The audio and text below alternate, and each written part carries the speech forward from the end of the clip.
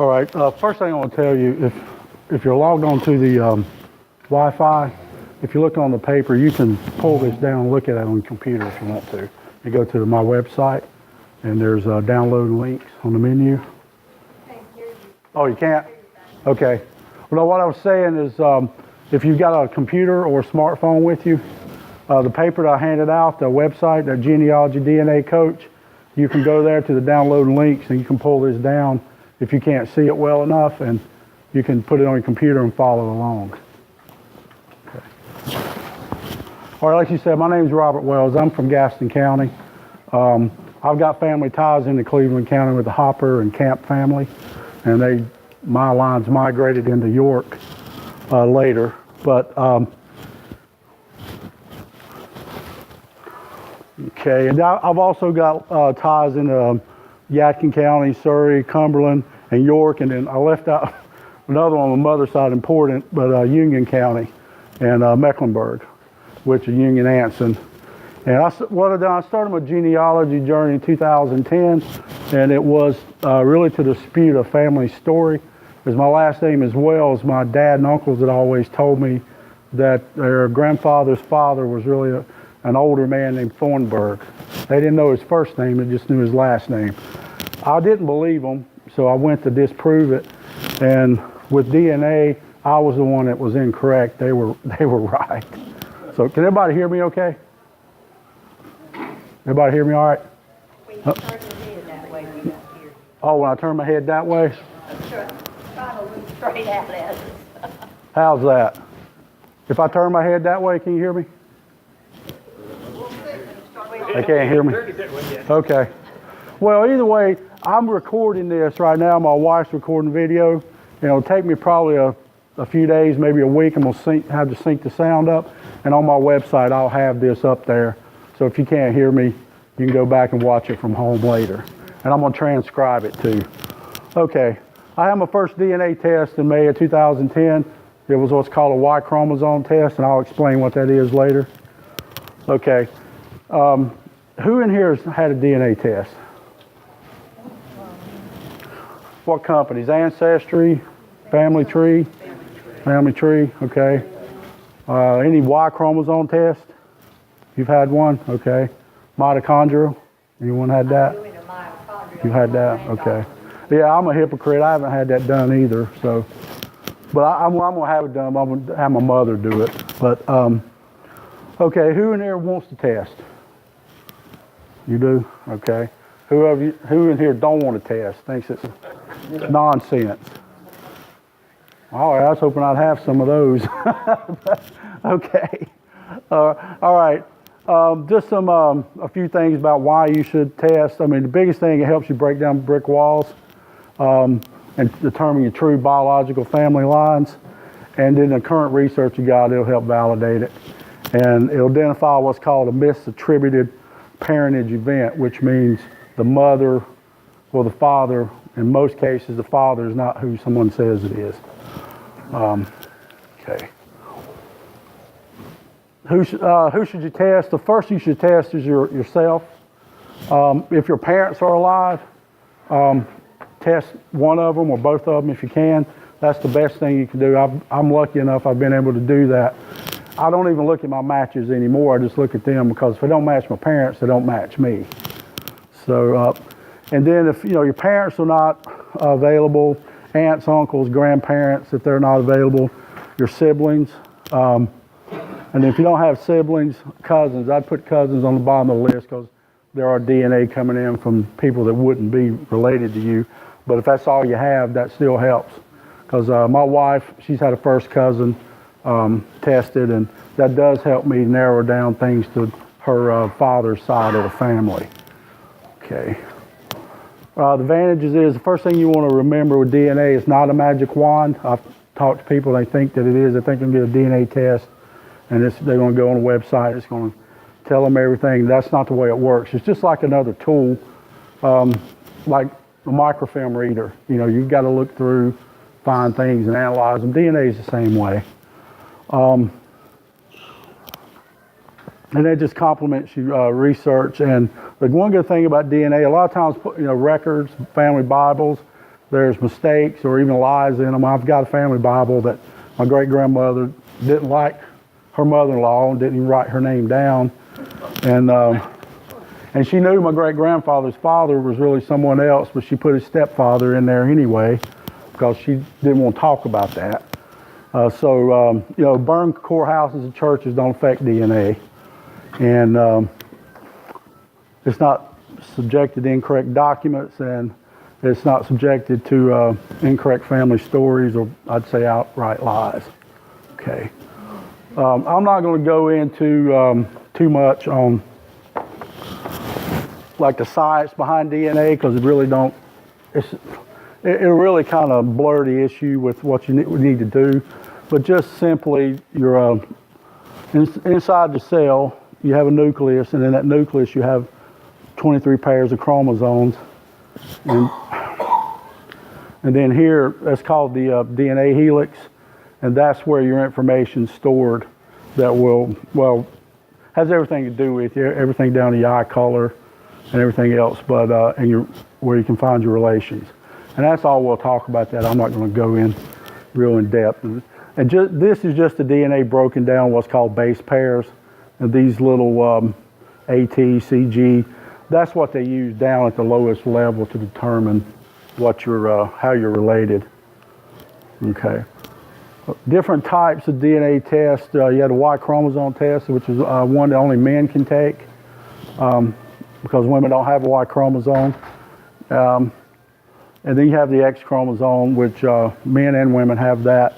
A woman gets a copy from her father and a copy of one of her mother's Y chromosomes, and then a man gets what's called a recombined X chromosome from his mother, which means two chromosomes kind of mix up and get passed. And the autosomal that's your all 23 pairs of chromosomes, and then a mitochondrial, which is located outside of the nucleus of the cell, that's passed directly down from the mother's line. A male or female gets that, but only the female can pass that on to the next generation. For example, my son's back there, and he has a mitochondrial of his mother. But when he has a child, he will not pass that mitochondrial to his child. His wife would do that. Well, he don't have a wife now, but we're looking toward the future, right? Okay. All right, with Y DNA, it's, like I said before, it's for males only. It comes from father's direct male line, and it gives you a deep ancestry down for thousands of years. Like with mine, we know that it originated in the Middle East, and which most European Y chromosomes did originate there. And then the numbers here are just, it's a different resolutions you can get from 12, what's called markers, and 12, 25, 37, 67, 111, and then the big Y. Big Y tests the entire Y. What does that mean, those numbers? That's how many. It's what's called markers on the Y chromosome. It just gives you a higher resolution. Originally my Y chromosome thing was done through Ancestry when they used to offer it, and I did a 46 marker. I currently only have a 37 marker. Had uploaded it to Family Tree DNA, and I plan on getting 100. Well, I'm gonna have my father test it to that 111 because it just because I know he's my father through the other DNA. So, okay. All right, the mitochondrial DNA, males, like I said before, males and females get it, and it comes down through the mother's direct line, and only females pass the mitochondrial DNA, and now. It'll give you deep ancestry up to like 30,000 years, but it's, not very useful for genealogical research. It'll show you like where you come from, and, so it'll give you like an origin. Like here it says, you can have an exact match with someone, but you could be related to them within 22 generations, which would be about 550 years, so it's not extremely useful. Okay. All right. Can everybody hear me okay? We got a lot of racket next door. Okay. Maybe if I move to the middle of the room, it'll do better. How's that? Can you hear me better? Okay. I'm probably in the way now. Can everybody see okay? All right. This chart shows you the inheritance of the XY and the mitochondrial DNA. And what I'll go through first is the direct male line. As you can see, the male carries the XY chromosome, and that passes down to the, we'll just pretend this is me or you, down to the male, okay? And then the female line, see, she has 2 X chromosomes, and then the female gets a copy from the father and a copy from the mother. And now see how I have the male with the black and the yellow? That shows you what's called a recombined X chromosome. So a male gets like a mixed up version of the females too. The X chromosome is a little bit useful. It's more advanced. So you may not want to think about that now unless you're at an advanced level. Okay, the autosomal DNA, males or females can take that test. It tests all 23 pairs of chromosomes. And it's good for about maybe 23, about 7 or 8 generations. And it helps verify your biological lines, helps you break down the brick walls. Now the ethnicity estimates that they give, there's been a lot of debate about those. And some of the papers I've read, and it's an opinion I have too, I would say that the ethnicity estimates are probably accurate to the continent. There are companies out there that claim that they can break you down to the tribes in Britain, the ancient tribes in Britain, and I just don't believe that. Because there's no DNA test that can break down American Indian tribes down to the tribe. They can only say you're a North American native. So I think that's, they got one called Eurogenes. I seen it on Amazon when I ordered this test the other day. So. All right, this is just a simplified version of how your autosomal DNA, all 23 chromosomes, and what I've done is just showed the level of a great-grandparent and just color-coded them. And if you'll notice how you get half DNA from each parent, and then this child here gets half DNA from the 2 parents. But if you see the different colorings here, you can see how the DNA was passed from the different generations. And then when you come down to, current day level, how you get pieces from all of these ancestors. But see, if you notice how you just have this little bit of gray here, and see all this gray, see, you only got about about an eighth of the DNA from your great-grandparent. So all that other DNA from their other children got passed down to other people, and then some of the same DNA that you have got passed to those people, and that's how the relationships are determined. Okay. There's a lot of DNA companies out there. I just gave some of the more prominent ones. Ancestry, which has been in the genealogical business for a while. They got into DNA. I knew they were in the DNA business around 2010. They had mitochondrial and Y tests, and then they moved away from that to the autosomal now. So Ancestry is in the DNA business and the genealogy website business also. You have Family Tree DNA, who is a DNA company. They do have a website and they do have family trees, but they're really concentrated on DNA. They offer all tests, Y chromosome, autosomal, and the mitochondrial. You have 23andMe. They offer autosomal tests, and they do offer some medical DNA testing too. MyHeritage is a little new. MyHeritage has been around for a little while as far as genealogy goes, but they just got into the DNA business lately. DNA Land is a free site that you can take the raw data from these others and upload to and just get another opinion. Different ethnicity estimates, and they do matching. And living DNA, and then you have National Geographic, Geographic. And really, I should have went here. Okay. Just some of the pros about using Ancestry DNA. You have the family trees, which you can link to the DNA profile. And you have access to a lot of public records. And Ancestry DNA gives you shared matches. The interface is easy to use. And then they give you raw data download that you can upload to other companies. And then you have shared matches with other users, ethnicity estimates. Some of the cons with Ancestry DNA, they don't give you the option to download the raw data of your shared matches. And they don't have what's called a chromosome browser. And I'll go into what a chromosome browser is later. Okay, Family Tree DNA, they do all the tests. They have the chromosome browser. They do give you a rudimentary match data download, and you are able to download the raw data. And one really good advantage with Family Tree, and this is one thing you may keep in mind if you haven't tested or if you've already tested and you want your data at Family Tree, you can download the raw data from Ancestry and upload that to Family Tree DNA. And the last I checked, it was $20.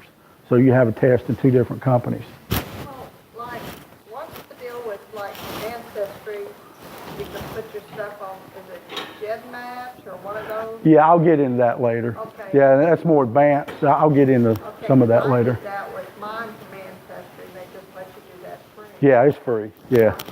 There is a pay site to that, more advanced tools, like yeah. $5 a month. I'm not at an advanced level, so. Yeah. Yeah, I didn't really put a lot of that in here. That's probably more something I'd want to do in a class, somebody want advanced. Yeah, something like Yeah. that. Yeah. Because the advanced tools in that, you really learn a lot. Yeah. Okay, where was I? Okay, the one thing with Family Tree DNA, the ethnicity estimates are flawed, and I have a proof of that with me, and I'll show you that later. They do have family trees, but they're not very useful and hard to navigate. No public records. The user interface is really not that friendly. And the thing with Family Tree DNA, they're not in the website business, they're in the DNA business. So, and that's what they were originally started for. And their website is, it's okay, but they could do a lot with it. And I don't see them doing it because, like with Ancestry, they're in the website business selling you a subscription so that you can do genealogy research. Family Tree DNA is not in that business. Okay, when I was talking about the flawed ethnicity estimates with Family Tree DNA, okay, this is what I got when I first uploaded my data from Ancestry. And it gave me, 68% European coastal plains and 32% Scandinavian. Okay. It gave me 68% Scandinavian and 68% eastern coastal plains of Europe and 32% Scandinavian. Okay, they went in and redid their ethnicity algorithm, and I had uploaded my parents' DNA there. And then here's what I got on the new algorithm. Okay, if you look here, it changed to British Isles, Eastern Europe, and gave me 6% Scandinavia. And then gave me some trace regions down here of Southern Europe and the West Middle East. My father's got 94% British Isles, slight 3% Southeastern Europe, and then East Central Asia, Iberian Peninsula, which is Spain and Portugal, and the Western Middle East. My mother has about 68% British Isles, some Eastern Europe, and Asia Minor, and West Middle East. Now, anyone in here tell me what's wrong with this before I tell you? And I can guarantee my parents are my parents because all the DNA tests say that. I've had uncles tested. That's right. I got Scandinavian and my parents don't. And that's not possible. No, that's not possible. So they have a problem. All right. Now, if you get a report back from them that says you're 97% European, Yeah. it's somewhere on, when I look further in that stuff, it will break that down, right? Yeah, right here. Well, Ancestry will, and I'll show you that later. Yeah, they break that down by the British Isles, Western Europe. I think it's Yeah. British Isles, but we didn't look at all of it. Yeah, most of us here have a lot. I mean, there's a lot of Germans, but most of us are from the British Isles. And really think about it. I mean, I know like that commercial they have, the guy said he was German and the Lederhosen, and then he comes up and finds out he's Scottish. Well, they don't tell you in here you're Scottish on Ancestry anyway. Okay. Yeah. All right, 23andMe now. Be honest, I'm only telling you what I've read. I haven't used 23andMe, don't really plan on it. But now they do allow linking the family trees, give you health information, the ethnicity estimates. They have a chromosome browser and you can download the raw DNA. But what I've read that the linking to the family trees, the actual user has to be logged in before you can see it. So that's not really useful. And as far as I know, they have no access to public records. So MyHeritage, they're new to the block. They do have family tree and access to public records and the ethnicity estimates. But as I said before, the cons of those, they have a small database, and to me, the trees were hard to navigate over there. So DNA Land, it's a free site. And you don't get a test from them. You take your raw data from another company and upload to it. And one good thing that they have a chromosome browser, shows right up on the front screen with their matches. And I'll explain what chromosome browser is later. They give you ethnicity estimates and it's a free upload. But the cons of them, there's no public trees or family records. It's just another place to go, maybe help you verify a match or get a different ethnicity estimate. All right, Living DNA, they claim to offer all three types of tests in one test, and they give you ethnicity estimates, and they test over 80 regions of the world, and they claim to be able to narrow you down to 21 different regions in Great Britain, which I'm skeptical of that. And they don't offer matching yet, but they claim they will in the future. Okay. National Geographic, they've been doing the DNA business for a while. What their thing is, they're trying to trace migration patterns going back thousands of years. They offer you ethnicity estimates, and they compare the DNA with 60 regions of the world, and they'll help you find a Neanderthal ancestry, which if you're Caucasian, you more likely have a little bit anyway. And they have it, well, as the last I looked, last report I got, they had 834,322 people in their database. Is that one you can upload your stuff to? No, you have to pay for that. I'm trying to think. Well, you remember Robert Carpenter came a few months ago? He's had that done. Okay. Yeah. This here is just a breakdown of the three major companies and the amount of people that have in their database. The last I'd seen, Ancestry had 5 million. That's been probably 6 months ago, so I'm sure it's higher now. I know it's higher because I have a hard time keeping up with my new matches that come in every day. So, and 23andMe's got about 2 million, and Family Tree's got 904,495, which that was just an exact number, whatever day they've done it. So I'm sure it's higher by now. All right, I'm gonna tell you why I prefer Ancestry DNA. Obviously, they got a larger database, so you got more people to that you can match with. You've got the family trees. Some of them are useful. You have to be careful. If you've been doing this a while, you know what I'm talking about. And then you have access to all the public records there. And the internal messaging system, I've had a lot of luck with that. I know some people haven't, but it always seems to work fine for me. Sometimes people won't reply to your messages, but it does help a lot. So even I've been in contact with a lot of people. I had someone come through town this weekend, and they called me yesterday, and I wasn't able to connect up with them because I was still working on this. So, and to me, it's better to focus on one system. What's the cost of that? Well, they got different tiers of it. I think the lowest tier, where you would have just records in the United States, I think it's $19.95 a month. They have two other sites called Fold3 and newspapers.com, and Fold3 has a lot of military records, and the newspapers.com, that's one of the best sites ever. I don't know if any of you used that, but I found a lot of things in there. But you can get all those rolled up, and I believe somebody correct me if I'm wrong, it's been a while since I had it, but I think it's $29.95 a month for all of those.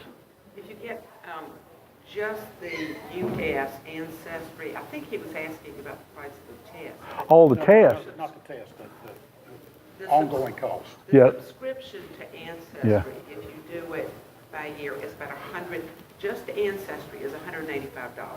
Yeah, if you do it, yeah. I think right now they have a sale going on. Every time I log off, they got a 6-month sale for 49 or 69. Now they've marked the DNA test down to $79 too. I don't know how long. Varies. Sometimes it's $99. Yeah. But they often have a sale. They usually have a sale before Christmas, and it takes a little bit longer to get the results. Sometimes it's 79, sometimes it's 69. Yeah. If you pay attention. Around Mother's Day, they'll have a good sale usually. Yeah. To have your DNA Yeah. test, it takes 6 to 8 weeks to get the results back, and you'll get your results, but to read them and everything, you have to have a subscription to Ancestry.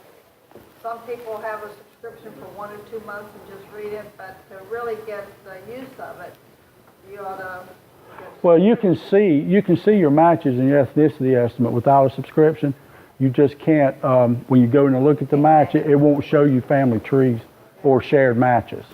Yeah.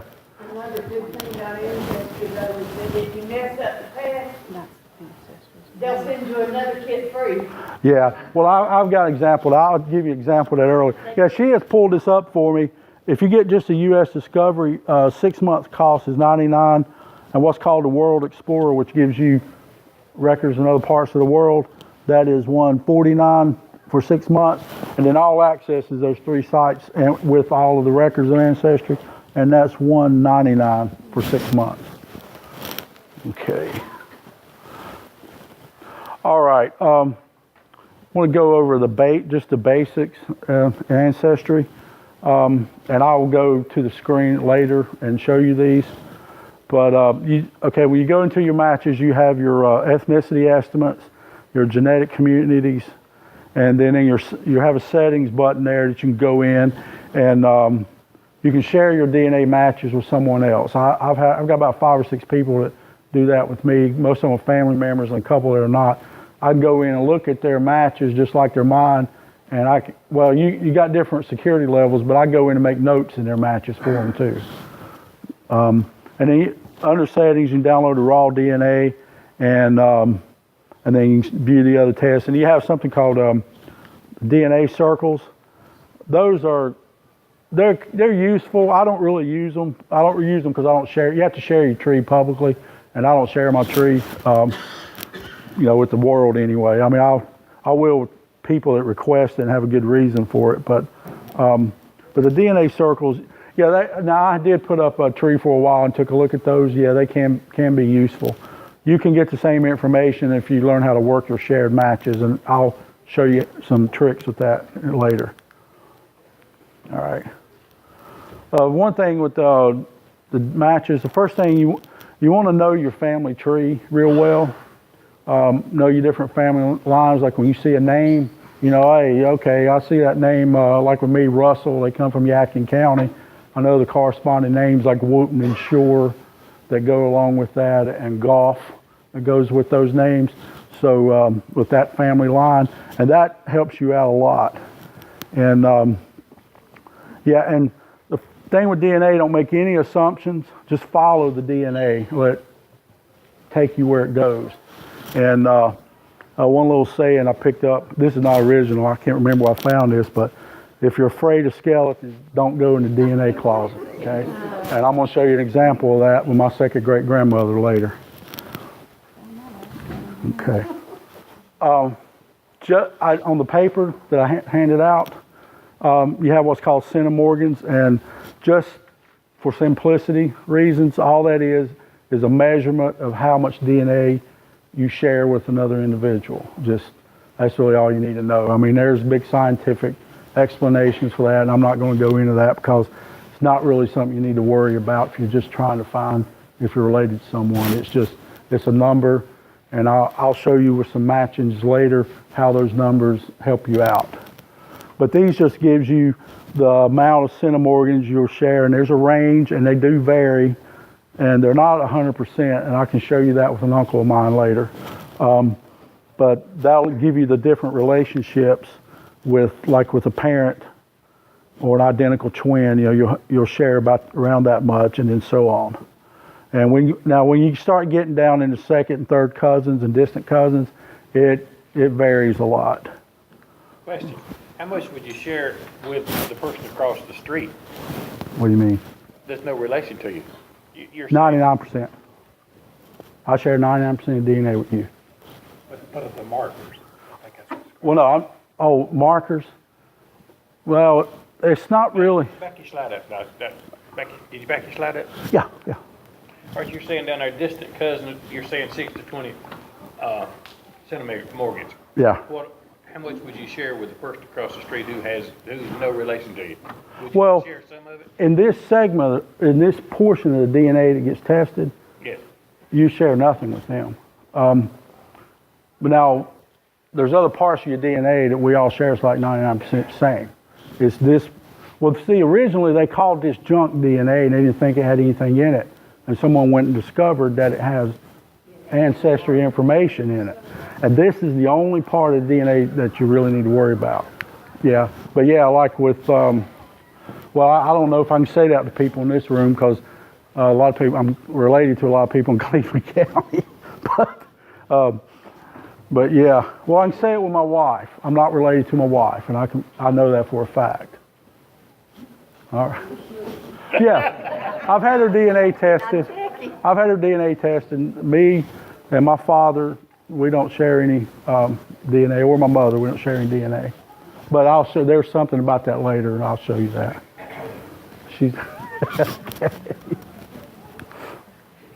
All right, just some basics in there. You can sort your matches, and then you have shared matches that you can look at when you bring a match up.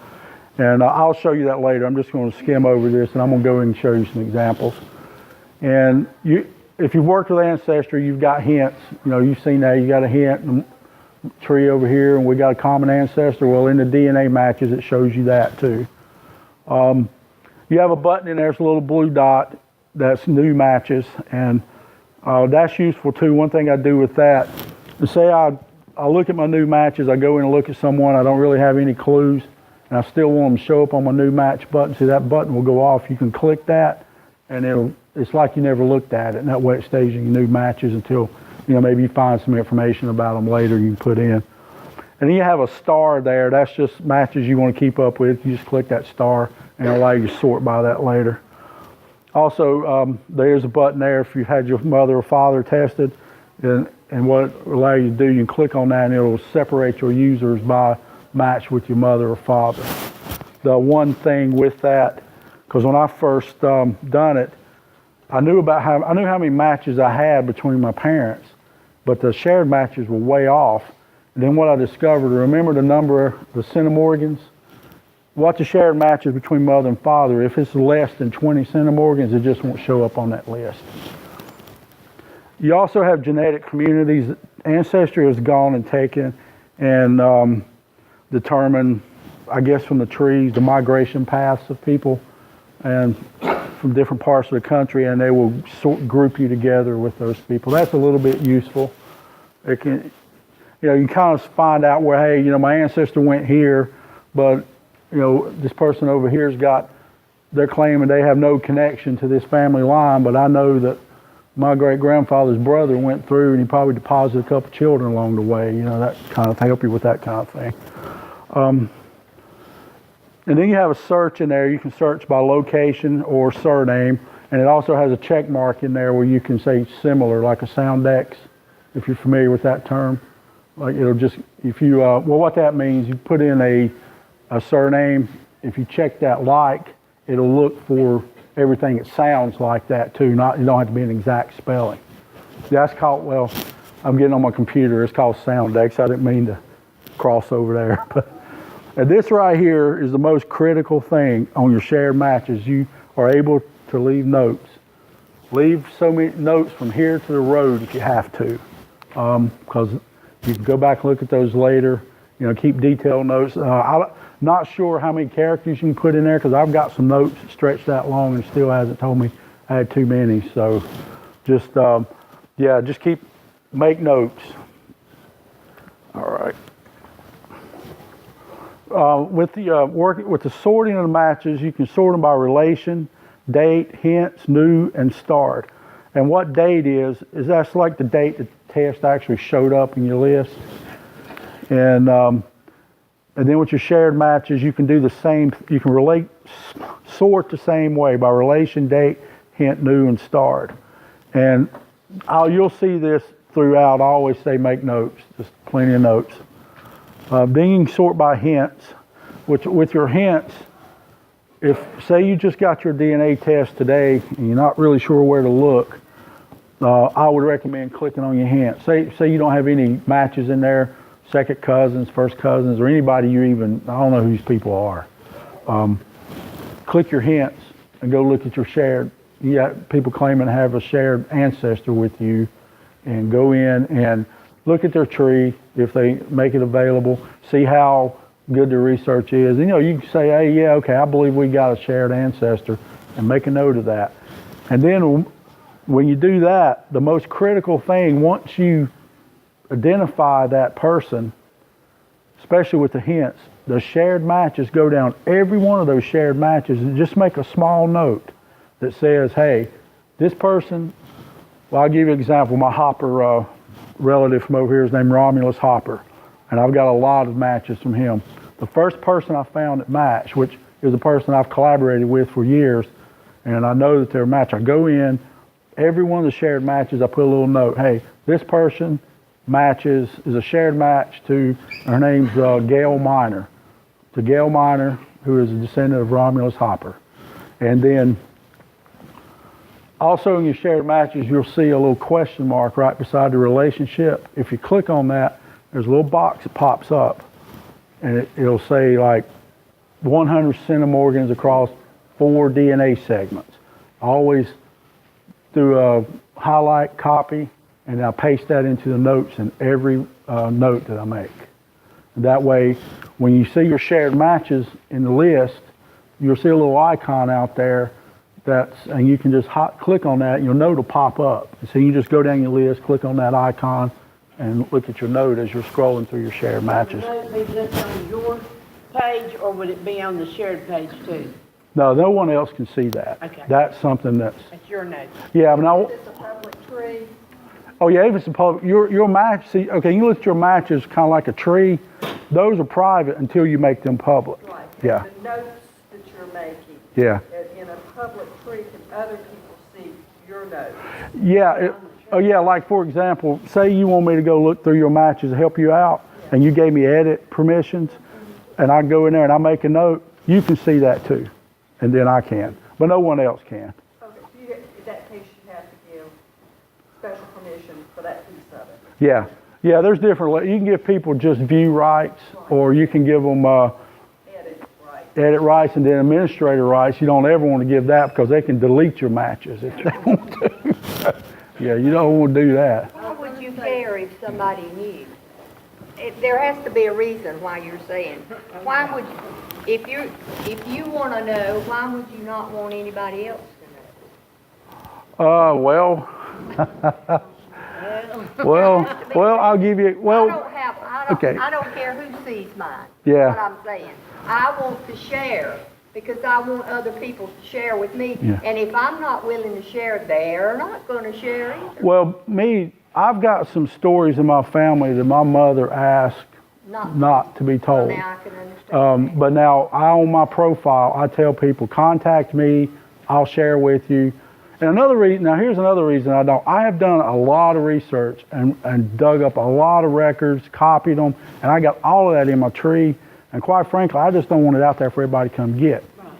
I mean, but I will, if somebody wants to collaborate. I've not done a tree to just actually share, but I'll share anything Yeah. I've got. Yeah. Oh, well, I will too. People that, work on the family lines and they need, oh yeah, no problem. But I don't want it all out there. So, because there's people who just come out there and get your pictures and they'll put it on an ancestor that say it's somebody else. And I've got a couple of that. I mean, I call them zombie trees. It just, yeah. I had a child, my first child passed away, Yeah. and I found his information on some man's tree, Yeah. and I have no idea who the man is, and I sent a message and I got no reply. I don't know any Yeah. kind of connection or why he would have his information, his death certificate and stuff on his tree. Oh, he did have a death certificate? Well, now, you know you can go get a death certificate without being a family member. Yeah, I know. Just But I under- just didn't yeah. know why he would he didn't have my living children on his tree. Yeah. Why he would pick that one. Yeah, there's some creeps out there. Oh yeah, go and find the grave, you'll find them. All right, let me get back to this, because I'll get off on tangents and we'll be here 3 hours. Okay. Your new matches, I'll give you a hint. What I do with the new matches, I found when you sort on your new matches, it'll sort by your closest relation, by default. What I've done, I've gone down and I've made a note on every one of my matches up through what you would call a high. You'll see your different levels: extremely high, very high, high, and then good. I stop at good. Now I don't ignore them, but as far as just making notes, I go in, if nothing shows up, I can't see something quickly, I'll just put a note, how many centimorgans they share with me. Most of the time, I've got enough information out there now, probably about 90% of the time, I can get a clue of what family line they're on, and I'll at least make a note. That way I can keep up with all the matches coming in. Because right now, there's so many people testing, I would say you probably want to look at it every day, just if it's only 15 minutes. Just look at your matches and make a note or something, because if you don't, it'll get completely out of control. To see the new matches, does that have to be where you pay to be a member, or can you see it on that initial response that has your... Yeah, you can see it. Okay, as far as what I remember, you can see them if you don't pay, but you can't, I don't think you can make any notes or anything. Yeah. Yeah, really, if you've got something you really want to find out, I'd go ahead and pay for 6 months, and you can work it. But you might do like me. You remember I was talking about my ancestor Romulus Hopper? I had a lot of information in the family Bible. I didn't know who he was, but I knew his child Plato Hopper was. And I'll tell you what got me hooked on Ancestry. I found Romulus Hopper in 1870 in York. And I remember I went to click on the image to see his son Plato, which is my second great-grandfather. And he said, well, you got to pay. So I said, okay, I'm going to pay for a month. I got the image, brought it up, and there's a little Plato Hopper on 1870 census. I still feel the hook in my mouth today. So, yeah. And my ancestry, that was probably around January 2010, and it hasn't lapsed since. So, well, yeah, I still feel that hook in my mouth. All right. Starred matches, that's just a way to mark the matches, let you know you worked with them. And yeah, you want to make use of that. And what'll happen, they won't, once you star them or you open them, that little blue dot called the new match, you won't see them in your new matches anymore, but you can sort by the stored matches. All right. Okay, like I was saying before, the mother and father, if you look at shared matches, anything below 20 centimorgans don't show up. And I've already gone over this, haven't I? Okay. Just some strategies you want to use. First you want to do is look for people that you've collaborated with in the past. Get your known relatives, try to see if you can find any of those. If none of those apply, look for your closest matches. Say you get your test back and you've got a second cousin match showing up. Well, that's not too hard to trace back. You have a shared great-grandparent or great-grandparents. So most of us probably have that information in our tree.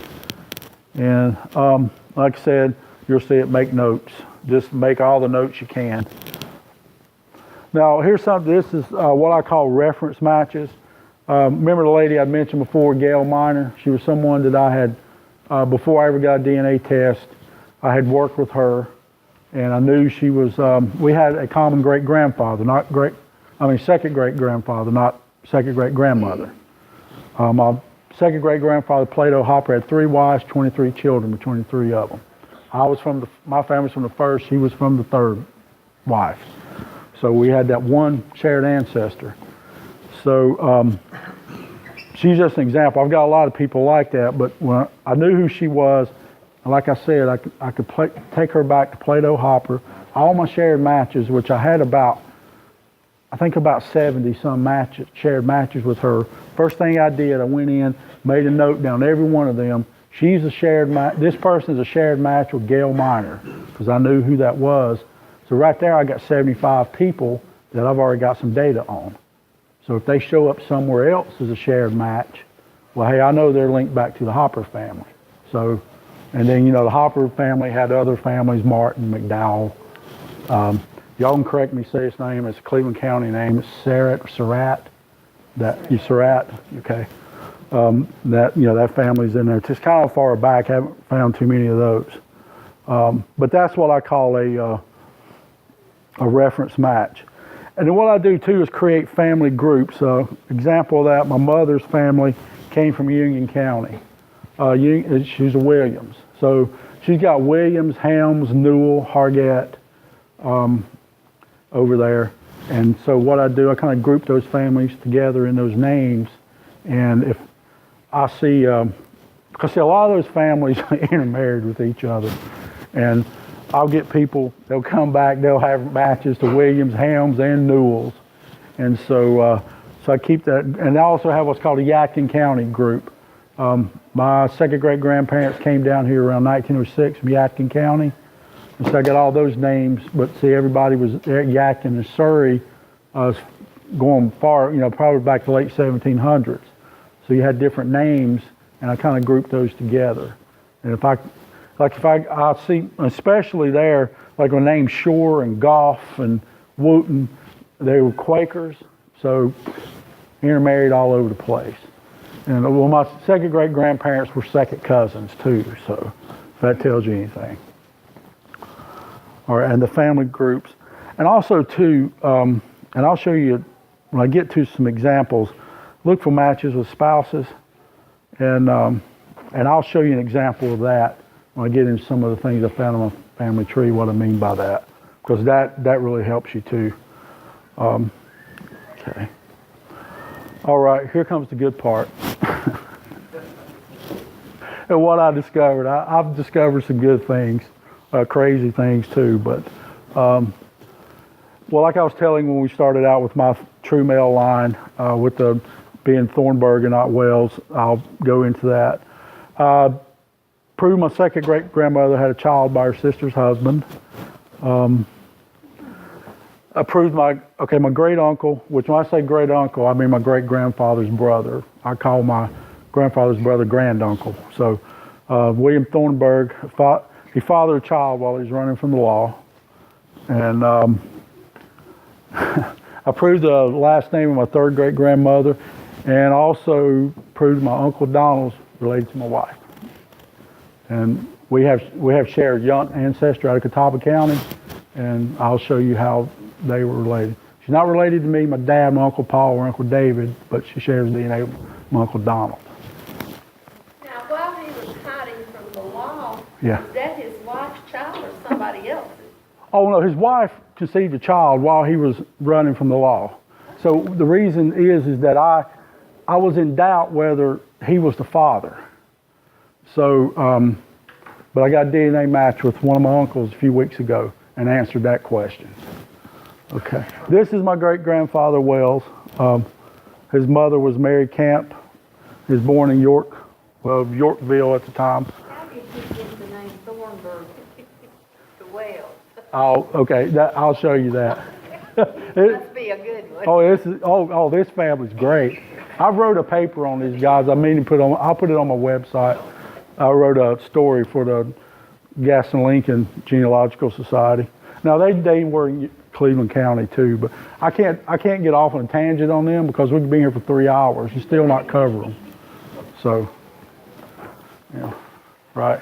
Just cut right to the chase. Yeah, because I get off on tangents. I got my wife over there doing this to keep me from doing that. Okay.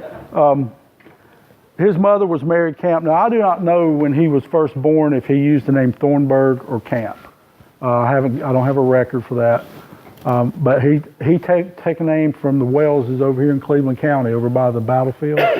You probably know of them. John Wells, And There's a cemetery yeah. over there. Well, now that family is where his stepfather came from. His name was Lawson Wells. That's where the name comes from. But my family knew who he was, and that was in the family Bible. But they told me that their grandfather told them the story about his mother was 24 and Joseph Thornburg was 60. And that he was his true father, and he died when he was about 9, and she married the man Wells, and he took his last name. And I didn't believe that. I couldn't find, all the paper trail pointed to Lawson Wells, and I told my dad and uncles they were full of it. But I was the one wrong, because when I had the Y DNA test done, yeah, there's a Thornburg man out of Michigan who has family ties back to here, Catawba County, Lincoln County, and then there's some Thornburgs in Gaston County that have Y chromosome test. So there was no doubt. I mean, we matched them. So, yeah, so the Wells thing, what they said my great-grandfather said was true. Okay, here's the paper trail that I had with my great-grandfather. The family Bible lists his father as Lawson Wells. His obituary listed it. My great-grandmother reported that as Lawson Wells. On the 1900 census down in York, that's who he lived with. He was born in 1885, so there was no 1890 census for him to be on in York. But now the only clue that I had, I found this after I had a DNA test done, but I did find his stepfather's obituary in Kings Mountain paper in 1934, and it did list my great-grandfather as his stepchild. Okay. Now here's his DNA trail. Like I said, I had the Y chromosome tested, and it did match the Thornburgs. And through the autosomal test, these four people here, this Richard Williams, which lives in Missouri, he goes back to my great-grandfather's half-brother, William Thornburg. And then this man here, William Hallman, goes back to William and Daniel Thornburg are identical twins, were identical twins. He goes back to him, and then he had another son, Joseph Thornburg did, named Joseph Larkin Thornburg, and this person goes back to that. And then, before when I was telling you about the child being conceived while he was running from the law, this is that person. He matched my father 2 Centrimorgans. So that proved that that child was his. He was still in Gaston County 3 months after a reward was issued for it by Governor Scales. And remember before I was telling you about you want to look at spouses' names? Joseph Thornburg had a wife, Mary Summey, up in Gaston County, had about 9 children by her. And then when he was in York County cooking up his liquor, he had, one child I know of from my second great-grandmother. So see what it is, with Joseph Thornburg and his other family, we only have a shared male, no female. So Joseph Thornburg had 3 sons living with him in York, where my second great-grandmother was. So see, I didn't know, he was, like I said, he was 60 and she was 24, but her sons were around his age. So I'm sitting here thinking, it's probably one of the sons, not the old man. But how I determined it was the old man is that I have no Summey DNA in my father's, mine, or my uncle's. So see, I looked at his spouse's DNA to say, hey, because see, if I'd had the Summey DNA, well, then it was one of his sons, not the old man. So that's how I proved it was the old man. This is just what I was talking about with the Centrimorgans before. This is me, my father, and these are my 3 uncles. Now, the people I had listed on the page before, the William Hallman, Richard Williams, I don't know this person's name, that's just their Ancestry user ID, and there's David Dameron. This is just a difference. You see the different relations between, like, see how my uncles here, most of my uncles here are more related. They have more shared DNA than my father, and they will me, another generation is going to dilute. But especially my Uncle David, he has the highest with this William Hallman here.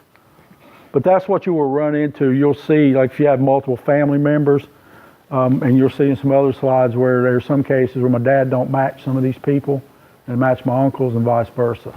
So that's why it's good to get as many people tested as you can. Because I've had found matches that I never would have found if I hadn't had my uncles tested because they don't match my father.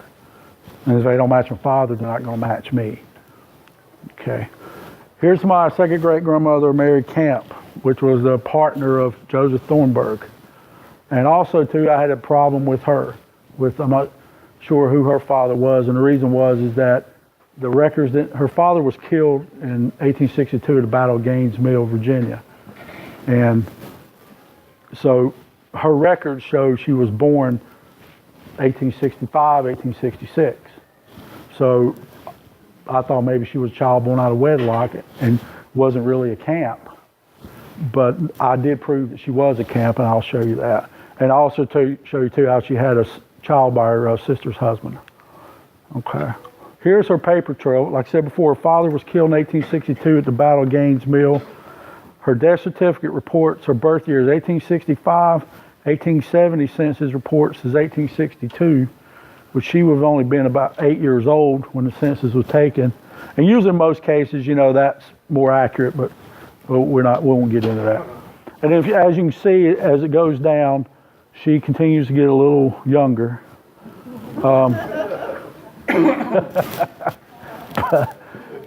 No, she didn't age much. Well, there's some other things I can show you, but it's kind of out of the scope of this.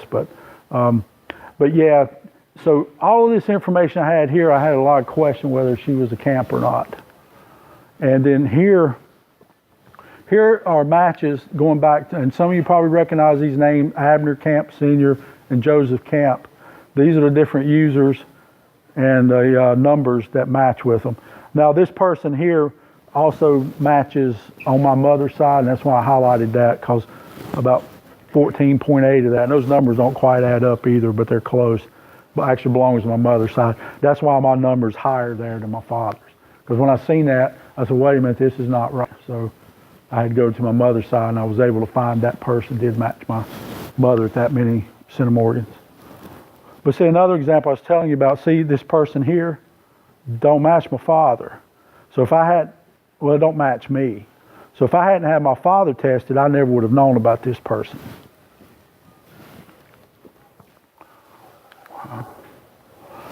Okay, this is about my second great grandmother having a child by her sister's husband.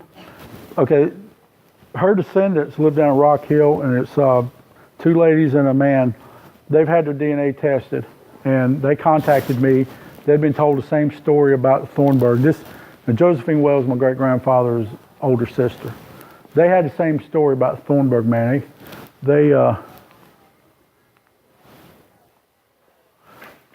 Okay. Yeah, it looks like okay, I'm on the right slide. Or they had the same story about the Thornburg. They contacted me. They'd had their DNA test just as submitted them. I hadn't got them back yet. And they want to know if I knew about the Thornburg thing. I sent them the papers. Oh yeah, I've researched that. Sent them a thing about all the Thornburgs, and they thought that's what they were. Well, when I got the DNA matches back, they let me go in and look at them. And it was 2 sisters and then the brother, which is a half brother to them. None of them matched the Thornburgs at all. Not even close. And then I started looking, and I seen this name here, McCullough. And this is a family out of York and Chester, South Carolina. And I said, wait a minute, I know that name because I'd seen this name before. Well, there was a William McCullough that was her sister's husband, and he also worked for my great-great-grandfather Thornburg's distillery down in York, and he was arrested with him in 1885 for selling illegal liquor. And that's where I remember that, because I got those articles in some of the criminal records. So I started looking through the McCullough DNA, and there was another thing too. I started looking at the men's spouses, and they were matching those families too, like a Reed family. They were matching that too. And so that's how I was determined that she actually had a child by her sister's husband. And here is the, okay, these 3 people here, Victoria Gaston, Joe Fox, and John Fell, are the ones I was telling you about before with Josephine Wells. They should be full second cousins. If Joseph Thornburg was the father. Now these people here these are known second cousins of my father and my uncles. Now if you see the numbers, see how high these numbers here are? Those are within the range of the second cousin. But now if you look up here, none of these numbers are even close. So see, that tells me that they're half second cousins, not full. That's why you want to pay attention to these numbers. That little chart I gave you, because that will give you some indication. It's not 100% because you will see sometimes where the numbers are down. That's why you got to look at other matches too. But now these here are pretty, you'll see a difference between those numbers. Like my father, the Skidmore family out of Gaston County, which is my grandmother's maiden name. My father got a lot of that DNA, and then my Uncle Paul did too. And then here is a Yunt family, and these people are also known second cousins on the Yunt side, which is on the Skidmore line too. But that's how I was able to determine. With having 3 people tested, no way they are full second cousins of my father and his brothers. All right, here's William Thornburg, the one I spoke of before, the one that was running from the law. And this is one where I told you about where he had a child that I thought may or may not be his because he was on the lam. But he shot a man in up around between Cherryville and Dallas, June 30th, 1888. He was, in some of the newspaper articles I found, he was still in Gastonia in August because it said they were complaining because the sheriff was afraid to arrest him. They referred to him as a desperado. And he was a reward was put out for him and his twin brother in September of '88. And then his daughter, Margaret Selena Thornburg, which is the ancestor of this David Dameron, was conceived around December 1888. And I had doubt that it was his father, but when I got these DNA test results with my father and his brothers, that confirmed to me that he was still sneaking around Gaston County in December 1888.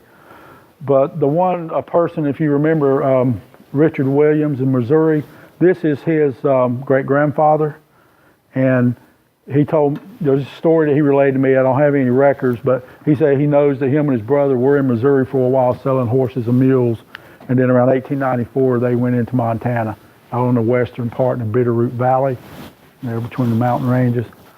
And that's all I'll tell you about them because I could talk about them for days.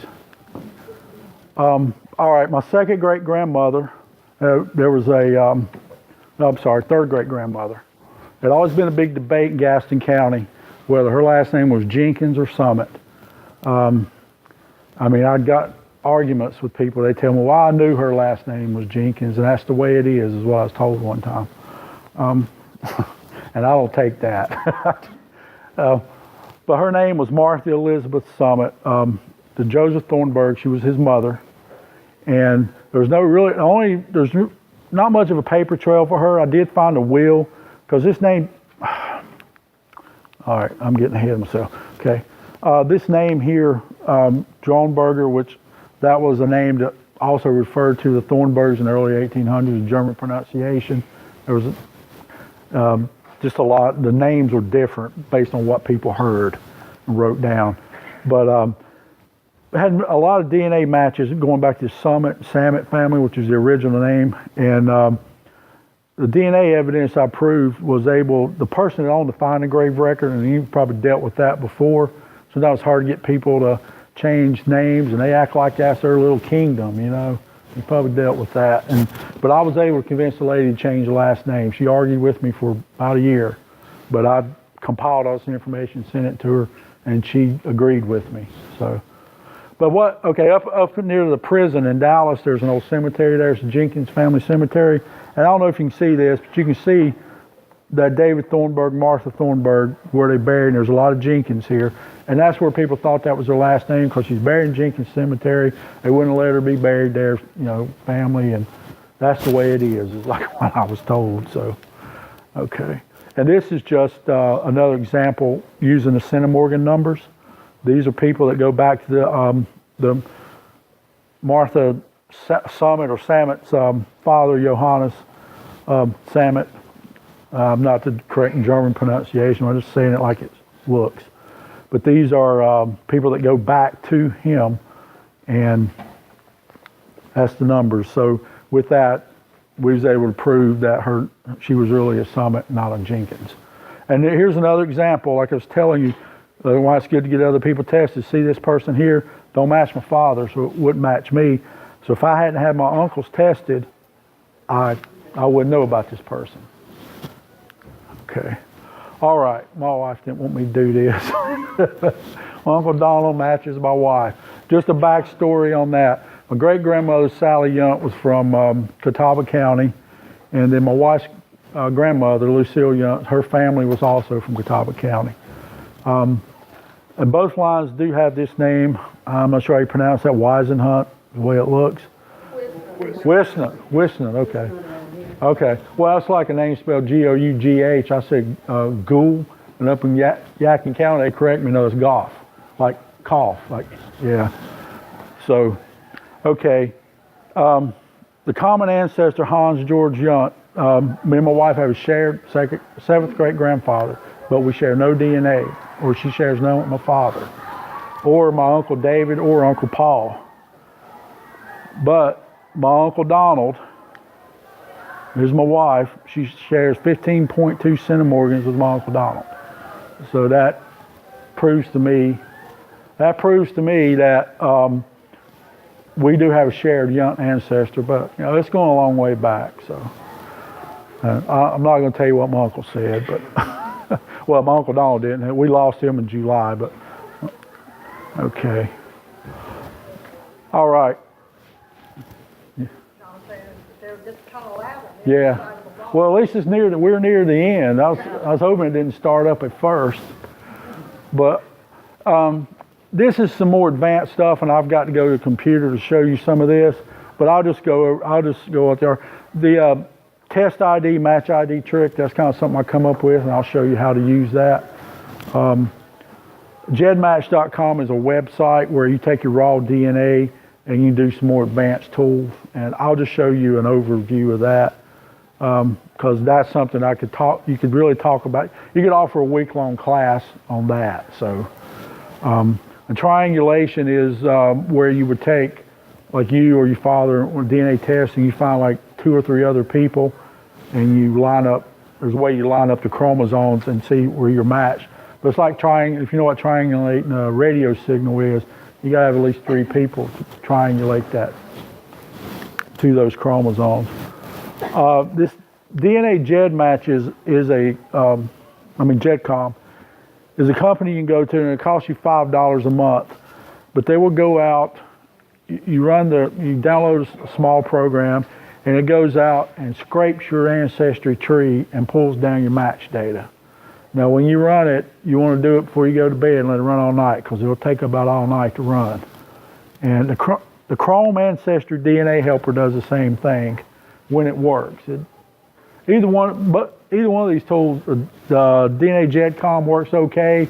The Chrome Ancestry DNA Helper, I've had a lot of trouble with it, but it does the same thing. It pulls the data out, and it'll take all night to run, depending on how many shared matches you got. If you got a lot of them, it might take longer than that. But once you get that data, you can bring it into like Excel or Microsoft Access and sort your matches, look through them. And now Microsoft Outlook's not something you want to do for that. I was just going to mention that. That's something that I use. If you ever use that, you have contacts that you can create, and I create those with people I'm working with, and I'll copy the link to their DNA share page in there and to the profile. And that way I can just keep up with them, group them by family names. All right. Yeah, let me go to the computer and show you a couple things before I show you the next. And we're almost done.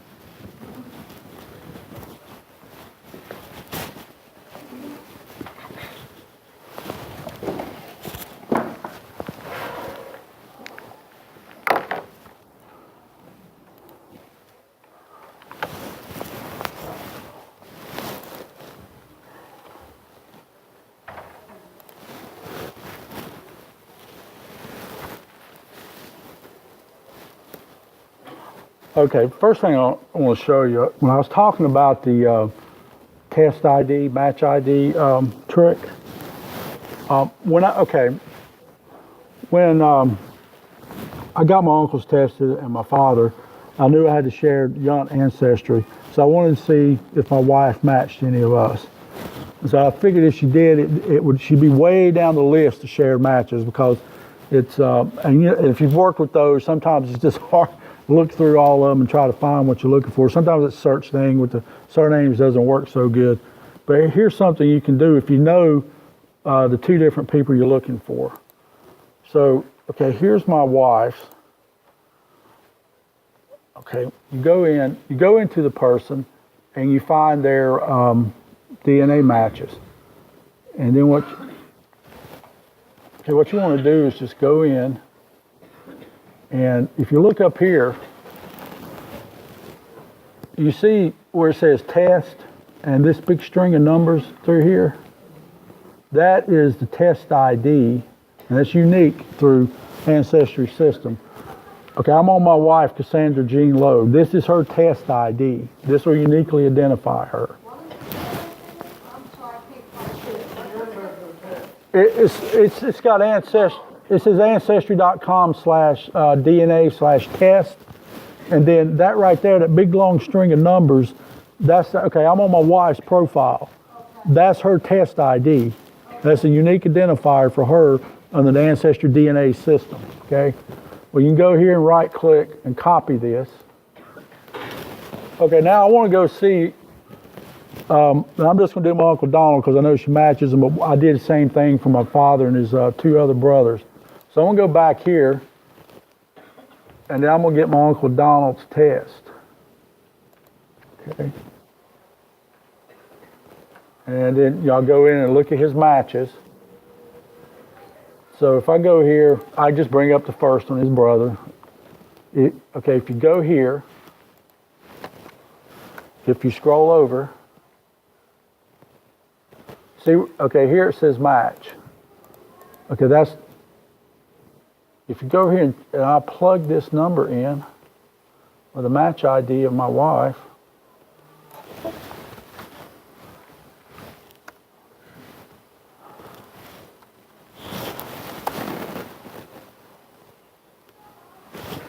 there it is. I didn't have to look for it.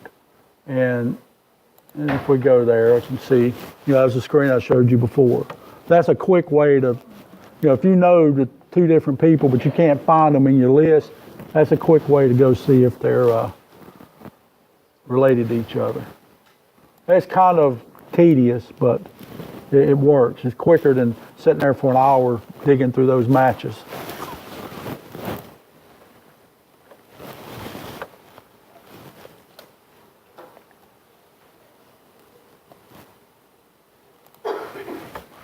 Okay, I just got one more quick thing to show you and we'll be done. I went a little longer than I meant to, but Centrimorgans listed. yeah, let me show you how to find that. Yeah, let me show you how to find that.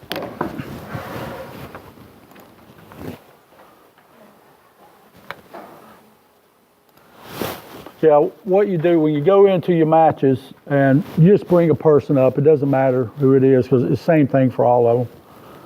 Right here, this little, well, I said it was a question mark before, I was wrong. See this little I? You just click on that, and there's your Centrimorgan and shared.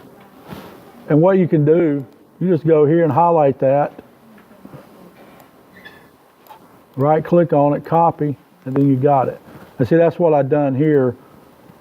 And I just put this note, full brother, and then put the Centrimorgan values in there. Yeah, just paste it in your notes. Yeah. And like I said with notes, just make notes to here to the road if you have to. Or is there anything else you want to see while I'm in here? Okay. All right, let me get to this one other thing so I can wrap this up.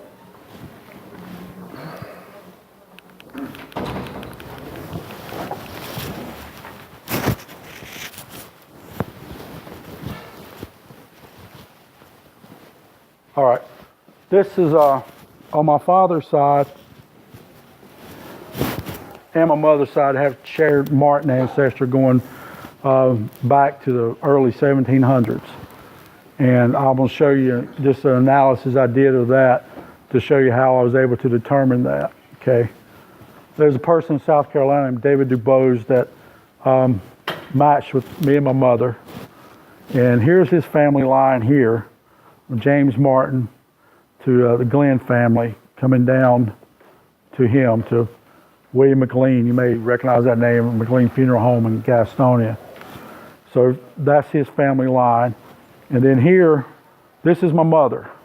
The same family line through those Martins, a different ancestor, but see, that's what it is. We're trying to determine who the common ancestor was here, and that's something we still haven't figured out. Okay, and here's the family tree of my father. Remember I was talking about Romulus Hopper? Well, his wife was Julia Martin, and her father was Thomas Martin, and her mother was Lydia Harry, which was a daughter of John Bishop Harry, which I'm sure y'all in Cleveland County recognize that name. So what we're showing here is that this Martin, somewhere in the Martins on my mother's side, have a common ancestor, and we still haven't figured that out, but the DNA shows that they do. Okay, remember I was talking about a lady, Gail Miner, well, this woman here is her mother, and she also is over here on this side of Romulus Hopper to the Thomas Martin and Lydia Harry. Same for my family tree, okay? Now he's talking about with GEDmatch before. This is what GEDmatch will do for you. It gives you a representation of the chromosome, and it draws a graphic, a bar, on the chromosome where your DNAs match. And when you think about centimorgans, just look at this line. It's kind of, I'd say the easiest way to think about that is the length of this line here. And you see how this is broken up in two different parts? That's your segments. When you see like 400 centimorgans across two DNA segments, that and that is two different DNA segments. Okay, this is me, here's my father and my mother, and the man I spoke before of, David DuBose, okay? Well, the numbers here correspond with the people up on the top. Okay, number 4 is my mother, right here. Okay, my father is number 5. See over here? Now he doesn't line up with my mother, but he does line up with this. Renee Rogers is from his David DuBose family. See how she does overlap? That line represents an overlap. But see, there's an overlap there between them. But my mother don't have any shared DNA with my father, fortunately. But see, in fact, there's a gap there, and it shows that overlap. This is all DNA from that Martin Glenn family. I don't know which it comes from, but I know it's from those two. And that shows you from different sides of my family and to some other people, and how these, see how these line up?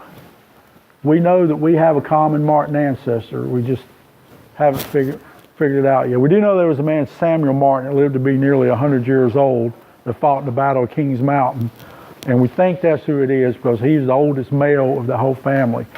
But the Martins were here, and around 1820, 1830, they scattered out, and I just don't have a lot of records. I'm going to have to go to the archives and do a lot of digging.